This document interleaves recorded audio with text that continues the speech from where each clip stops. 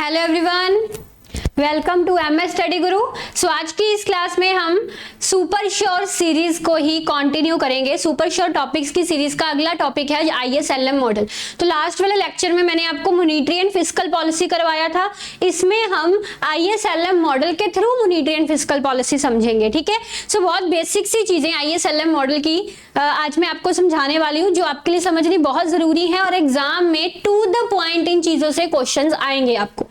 ठीक है, to the point questions आएंगे जो मैं आपको बताऊंगी। पूरा कोर्स अगर आप मेरा एनरोल करना चाहते हैं, सभी टॉपिक्स पूरी डिटेल में समझना चाहते हैं, तो उसके लिए आप अनअकैडमी प्लस ज्वाइन कर सकते हैं। वहां पे मेरा पूरा कोर्स इकोनॉमिक्स का अवेलेबल है। अपने अगले बार वाले नेट जीआरएफ इकोनॉमिक्स के एग्जाम के लिए आप मेरे साथ तैयारी कर सकते हैं। डिस्क्रिप्शन में आपको डिटेल्स दे रखी हैं, प्रोफाइल का लिंक भी दे रखा है, मेरा कोड भी दे रखा है और मेरी यूजीसी नेट इकोनॉमिक्स की बेस्ट सेलिंग बुक का लिंक भी दे रखा है। The most important thing is Telegram channel follow कर लेंगे, डिस्क्रिप्शन में दिया गया है, तो आपको सारी क्लासेस की अपडेट्स मेरे मिल जाया करेंगे।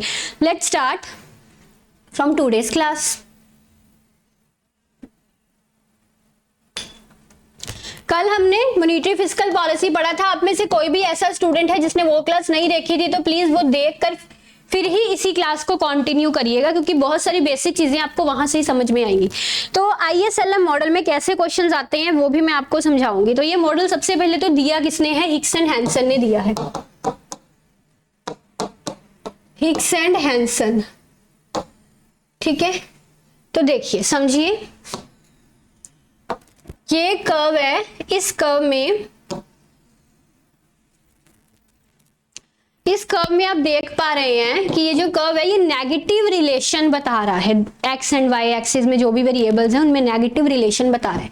इस साइड में ले रही हूँ रेट ऑफ इंटरेस्ट, यहाँ पे मैं ले रही हूँ इनकम। ठीक है, तो आईएस कर्व यहाँ पे क्या है? आईएस कर्व हमको बताता है, ध्यान से समझिएगा, कि अगर रेट ऑफ इंटरेस्ट कम होगा, रेट ऑफ इंटरेस्ट कम होने से इन्वेस्टमेंट बढ़ती है, और इन्वेस्टमेंट बढ़ने से क्या होता है? इनकम बढ़ती है, इनकम बढ़ती है। ठीक है, या in other words you can से, जब रेट ऑफ इंटरेस्ट बढ़ता है तो रेट ऑफ इंटरेस्ट के बढ़ने से इन्वेस्टमेंट कम होगी और इनकम भी कम होगी। यहां से आपको क्या समझ आया? यहां से आपको समझ आया there is negative relation between rate of interest and income. तो आईएस कर्व बेसिकली ये चीज शो करता है। क्या शो करता है? There is negative relation between rate of interest and income, यानी कि अगर रेट ऑफ इंटरेस्ट बढ़ेगा तो इनकम कम होगी, अगर रेट ऑफ इंटरेस्ट कम होगा तो इनकम बढ़ेगी। ये चीज आईएस कर्व शो करता है। आईएस कर्व को हम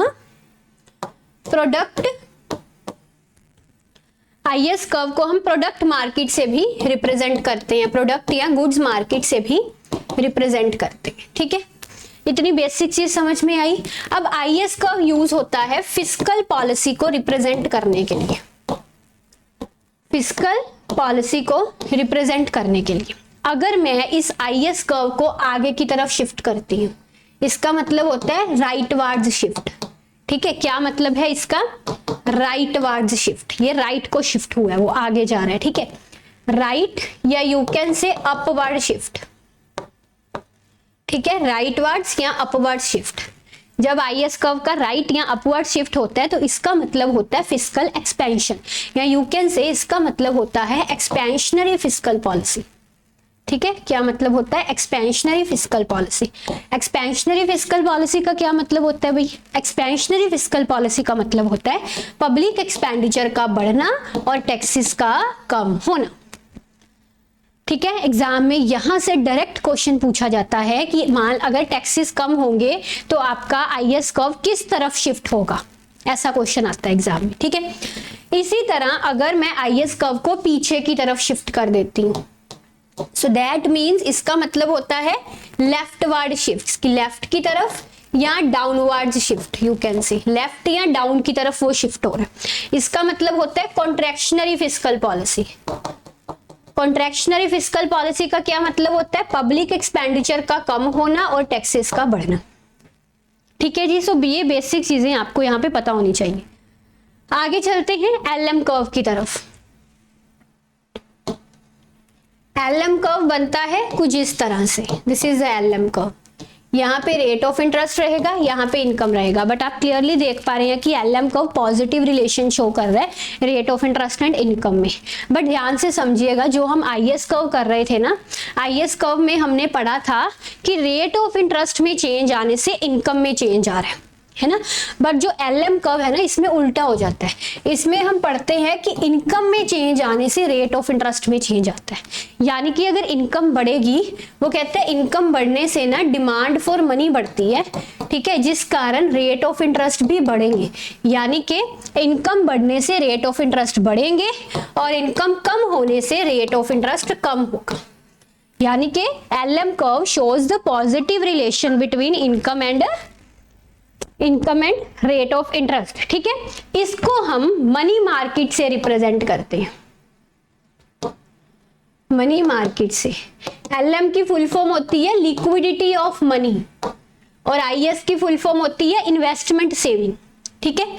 तो ये आपका एलएम कर्व है। अब एलएम, ये स्लोप समझना बड़ा इंपॉर्टेंट है जी, कि एलएम कर्व का स्लोप जो है ना ऊपर की तरफ, ये देखिए पॉजिटिव है, मतलब ये पॉजिटिव रिलेशन बता रहा है ना, पॉजिटिव स्लोप है इसका। You can say LM curve slopes upwards from left to right, ठीक है। जैसे हमारा सप्लाई कर्व होता है, बिल्कुल सप्लाई कर्व भी तो ऐसा ही होता है, स्लोप अपवर्ड। स्लोप अपवर्ड का मतलब ऊपर की तरफ उसकी ढलान है, ये लेफ्ट ये राइट, लेफ्ट से राइट की तरफ। This is the slope of LM curve.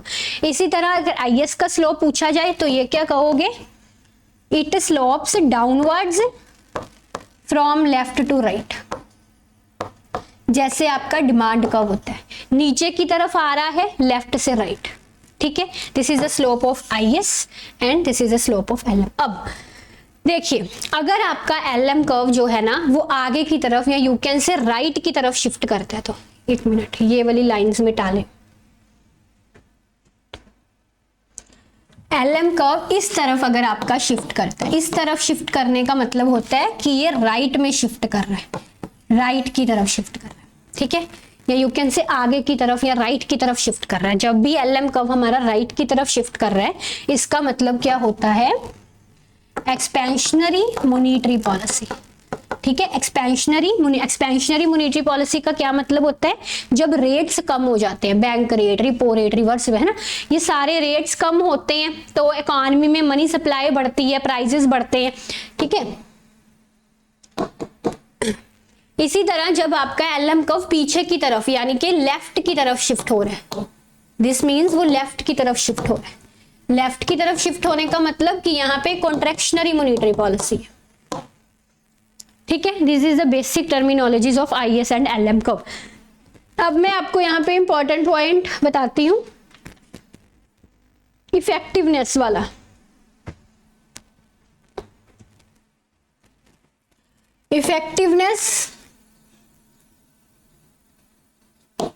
Effectiveness of monetary policy.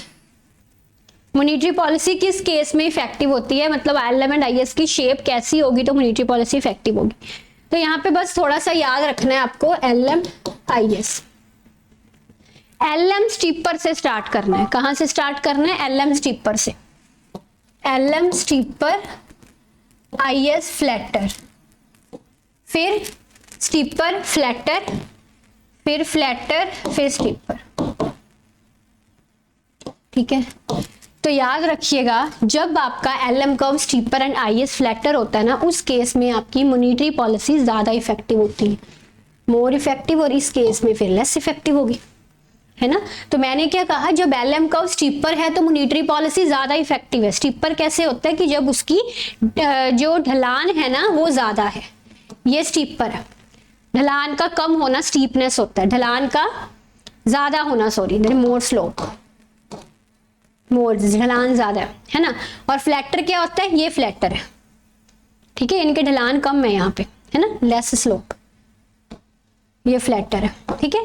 तो जब एलएम कर्व स्टीपर होता है वो कहती है मॉनेटरी पॉलिसी ज्यादा, वो कहता है कि मॉनेटरी पॉलिसी ज्यादा इफेक्टिव होती है। यानी कि अगर आपका एलएम कर्व पूरा स्टीपर, पूरी तरह से स्टीपर बन जाए, पूरी तरह से स्टीपर का मतलब वर्टिकल बन जाए, फिर तो मॉनेटरी पॉलिसी पूरी तरह से इफेक्टिव हो जाएगी, फुली इफेक्टिव, तो अगर एलएम फ्लैक्टर होने से मॉनेटरी पॉलिसी लेस इफेक्टिव है, यानी कि अगर एलएम का पूरा फ्लैक्टर हो जाए, पूरा फ्लैक्टर मतलब हॉरिजॉन्टल बन जाए, फिर तो मॉनेटरी पॉलिसी बिल्कुल भी नहीं इफेक्टिव होगी, है ना। हॉरिजॉन्टल नॉट, या यू कैन से फुली इनइफेक्टिव। सिंपल था, याद रखना। अब ये वर्टिकल है तो ये हॉरिजॉन्टल आएगा, ये हॉरिजॉन्टल है तो ये वर्टिकल आएगा, काम खत्म। ये हो गया आपका काम इफेक्टिवनेस का। ठीक है, अब मैं आपको इसकी रियलिटी भी समझाऊंगी, पहले जस्ट अब याद रख लीजिए ये चीजें। ठीक है, याद रखनी कोई ज्यादा डिफिकल्ट नहीं थी, बस आपको यहाँ से पहला पॉइंट याद रखना है स्ट्रिपर, बाकी खुद ब खुद बनते जाने हैं पॉइंट सारे, है ना। अब फिस्कल पॉलिसी जो है वो भी इसी तरह से चलेगी, इसके उलट बस चलनी है फिस्कल पॉलिसी। तो फिस्कल पॉलिसी की इफेक्टिवनेस को याद रखने के लिए आप क्या करेंगे, सिंपली इसका उल्टा कर देंगे, इसका उल्टा कर देंगे।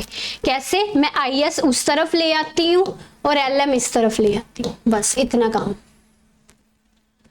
ठीक है, बाकी सारा ऐसे same, IS steeper and LM flatter, फिर आईएस फ्लैटर, फिर एलएम स्टिपर, फिर IS vertical and LM horizontal, फिर आईएस हॉरिजॉन्टल एंड एलएम, मतलब सारा मैंने सेम लिखा है, सिर्फ ये चीज चेंज की है। यहाँ पे वही, यहाँ पे मोर इफेक्टिव होगी, लेस इफेक्टिव होगी, फुली इफेक्टिव होगी एंड यहाँ पे फुली इनइफेक्टिव होगी। ठीक है, ये अब याद रखने का अब तक तरीका था, इससे आपको याद हो गया सारा सिस्टम। ठीक है, ये था याद रखने का लॉजिक, बस आपको पहला पॉइंट ये याद होना चाहिए, बाकी सारा खुद ब खुद याद हो जाना है। अब इसके पीछे का लॉजिक समझिए। तो मैंने यहाँ पे क्या कहा कि अगर एलएम कर्व स्टीपर है, आईएस फ्लैटर है, तो मॉनेटरी पॉलिसी मोर इफेक्टिव। मान लीजिए एग्जाम में आपको सारे चार्ट चूट टेबल टूबल भूल गए तो आप क्या करेंगे, लॉजिक याद होगा तो कोई चक्कर नहीं है, लॉजिक भी भूल गया चक्कर फिर पड़ेगा। ठीक है, तो देखिए, तो एलएम कर्व की आपकी शेप क्या होती है, ऐसे पॉजिटिव, आईएस की होती है ऐसे, है ना। अब उसने कहा है अगर आपका एलएम स्टीपर है आईएस फ्लैटर, एक मिनट, तो मैं स्टीपर फ्लैटर करना तो भूल ही गई, इसको स्टीपर है एलएम, यानी कि थोड़ा खड़ा खड़ा बनाऊंगी मैं उसे,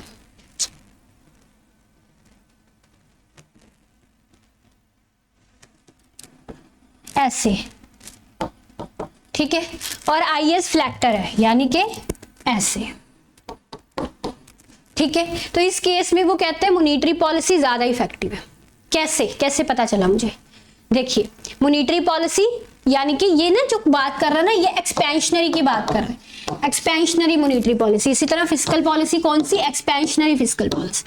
तो यहाँ पर अब अगर मैं एक्सपेंशनरी मॉनेटरी पॉलिसी लगाती हूँ तो मैं क्या करूंगी, एलएम को आगे लेके जाऊंगी ऐसे।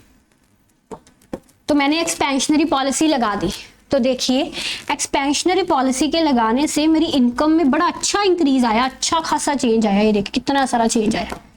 तो जब इनकम में बड़ा अच्छा खासा चेंज आ रहा है आपका एक्सपेंशनरी पॉलिसी के लगाने से, that means it is more effective, simply it is more effective. ठीक है, समझ आई बात। अब इसी तरह इसका एक केस समझिए, चलो इसका सेकंड वाला लेते हैं, ये वाला, ये केस देखिए। अब इसमें मैंने क्या किया, यहीं पे बनाती हूँ, इसमें उसने क्या आईएस फ्लैक्टर है, आईएस फ्लैक्टर यानी कि इस तरह, फिर उसने कहा एलएम स्टीपर है, एलएम स्टीपर यानी कि इस तरह। तो उसने क्या, उस केस में फिस्कल पॉलिसी कम इफेक्टिव है। फिस्कल पॉलिसी का मतलब कि मुझे यहाँ पे आईएस कर्व को आगे लेके आना है, ये। तो देखिए लो जी, मेरी इनकम पर तो फर्क ही नहीं पड़ा, ना मात्र फर्क, बिल्कुल रेट ऑफ इंटरेस्ट में इतना चेंज आ गया बट इनकम में बहुत कम चेंज आया।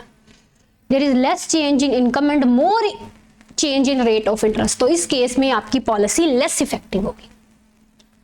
समझ गए बात को। तो अगर एग्जाम में ये चीज भूल जाए तो जस्ट बनाकर देख लीजिए उस चीज को। ठीक है, बना के देख लेंगे तो लॉजिक क्लियर हो जाएगा। चलो एक और का लॉजिक समझते हैं।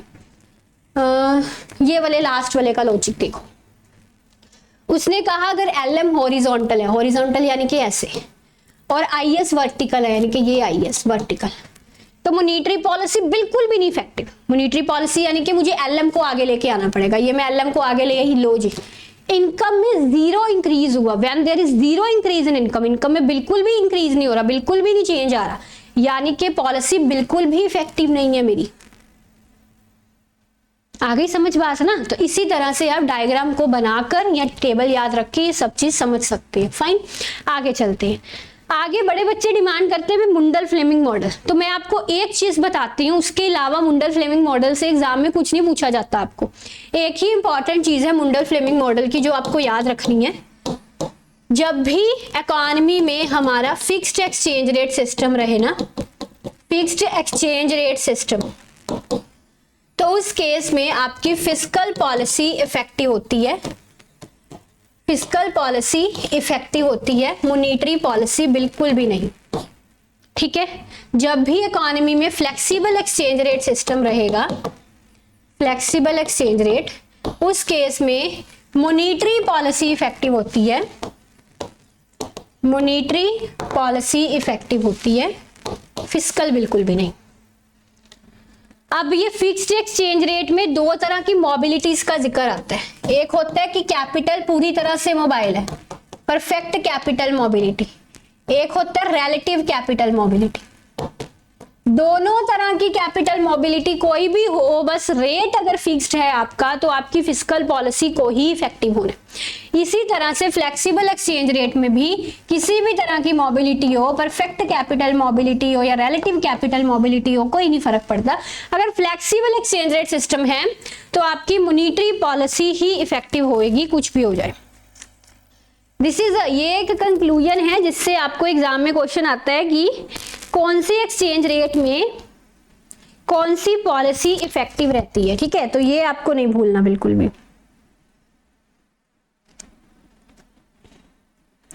ठीक है जी। सो इसके अलावा मेरी ISLM मॉनेटरी पॉलिसी पर और भी बहुत सारी वीडियोस हैं। मुंडल फ्लेमिंग मॉडल पर भी पूरा डिटेल डिस्कशन है। वो इतना आप अगर पूरा डिटेल देखना चाहते हैं उसके लिए मेरी सेपरेट वीडियोस बनी हुई है। ISLM पर सेपरेट है, इफेक्टिवनेस पर सेपरेट है, अपना मुंडल फ्लेमिंग पर सेपरेट है, तो वो आप सेपरेट जाकर भी देख सकते हैं अनअकैडमी UGC नेट वाले चैनल पर। ठीक है, वहां पे सेपरेट भी है। But I think for your exam point of view मैंने यहाँ पे सारा आपको ब्रीफ में ISLM से रिलेटेड जो भी क्वेश्चंस एग्जाम में पूछे जाते हैं उससे रिलेटेड मैंने चीजें आपको यहाँ पे बता दी हैं। ठीक है जी। So thank you very much for watching, take care, bye bye.